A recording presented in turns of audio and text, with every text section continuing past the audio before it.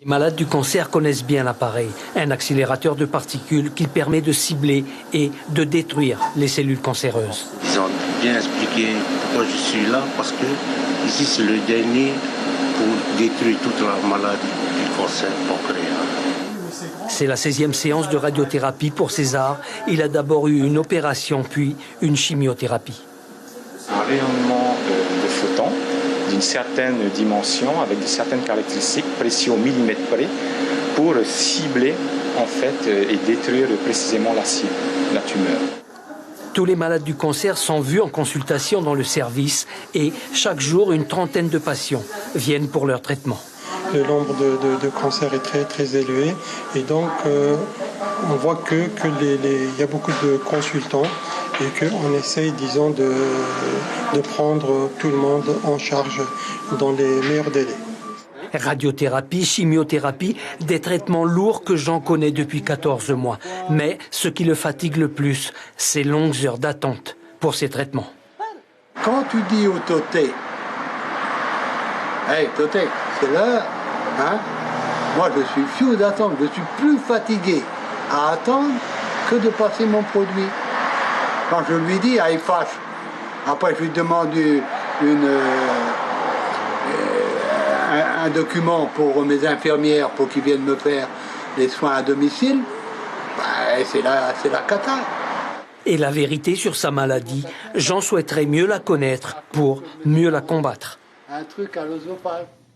Et nous allons demander à la présidente de la Ligue contre le cancer ce qu'elle en pense. Patricia Grand, bonsoir. Merci d'être là ce soir. Est-ce que vous êtes souvent amené à entendre, comme dans le reportage, que le service oncologie est saturé en Polynésie et qu'il y a trop d'attentes à l'hôpital? Alors, je n'ai pas souvent eu de personnes venues me voir donc, pour parler de ces délais d'attente, mais il y en a eu.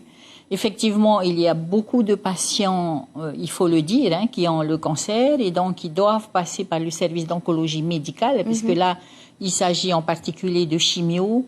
Puisque les EVASAN sont de plus en plus rares. Hein, les EVASAN sont de plus en plus rares et elles sont faites que quand vraiment la prise en charge ne peut pas être faite ici. Par contre, il est certain que le service devrait peut-être se réorganiser.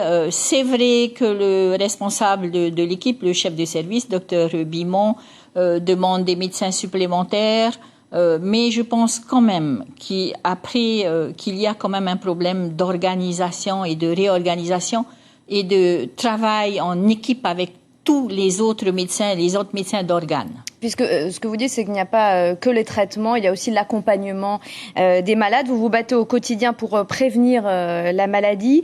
Lors de votre dernière opération, c'était au mois d'octobre pour le dépistage du cancer du sein, l'un des plus répandus. Vous avez donné des chiffres sur 27 000 femmes concernées par le dépistage, c'est-à-dire qu'en plus de 50 ans, seules 7 000 font une mammographie assez facilement, un quart seulement d'entre elles finalement. Comment cela peut évoluer en 2017 ? Écoutez, déjà là, on espère faire un plus grand nombre, puisque l'année dernière, nous avons eu de nombreux sponsors, banques, entreprises, qui nous ont aidés, ce qui va nous permettre de faire plus de déplacements pour informer ces femmes de la nécessité de faire leur mammographie. Hein. À partir de 50 ans, comme vous dites, il y a 20 000 femmes qui ne vont pas faire leur mammographie.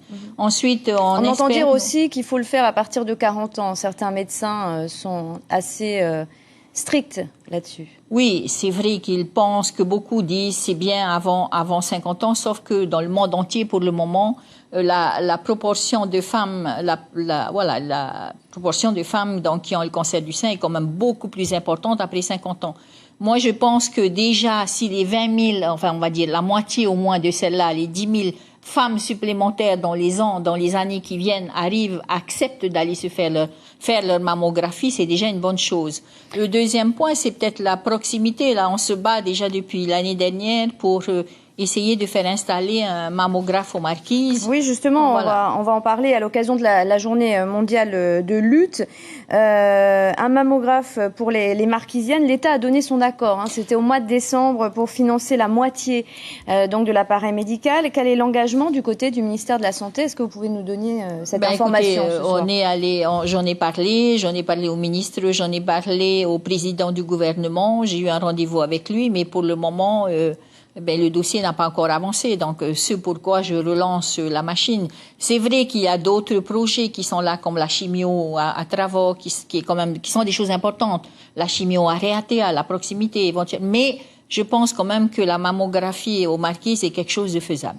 Alors, vous avez en projet en 2017 de participer davantage. C'est le cas de la Ligue en France à la recherche contre le cancer. Comment est-ce que vous allez vous y prendre? Ben, écoutez, c'est vrai qu'en France, la Ligue est le premier financeur de la recherche privée. Bon, ici, nous n'avions pas les moyens. Bon, l'année dernière, les sponsors ont été, donc, je disais, assez généreux. Et donc, là, on travaille avec avec monsieur Florent Devater, qui est un chercheur connu, qui travaille, donc, sur le cancer, qui a fait des études sur le cancer de la thyroïde. Et on va discuter, là, dans les jours à venir, puisqu'il est arrivé hier, je crois. Et donc, sur des études spécifiques sur le cancer du sein en Polynésie, pour essayer de encore mieux cibler les traitements. Ça veut dire que vos finances sont plutôt bonnes, alors?